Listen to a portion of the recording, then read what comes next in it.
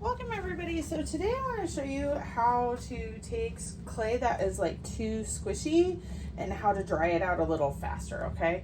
So usually what I'll do is if it pugged out or it's already in a kind of a tube shape, that's the easiest. But if it is something where you had students recycle a whole bunch of clay but it's still really sticky and it's in bags, you can make it into a tube shape such as this.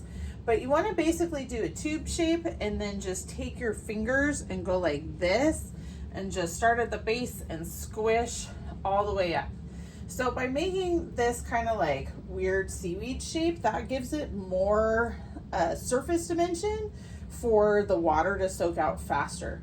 Now this style for me works way better than sometimes when my students try to do this style.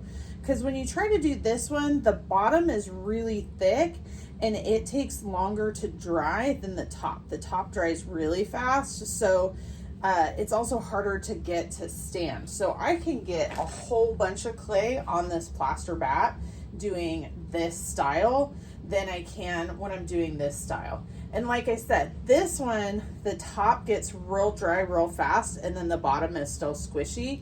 And our goal is to even it out and have it dry a little faster, not to have one part get dry real fast and the other part not get dry at all.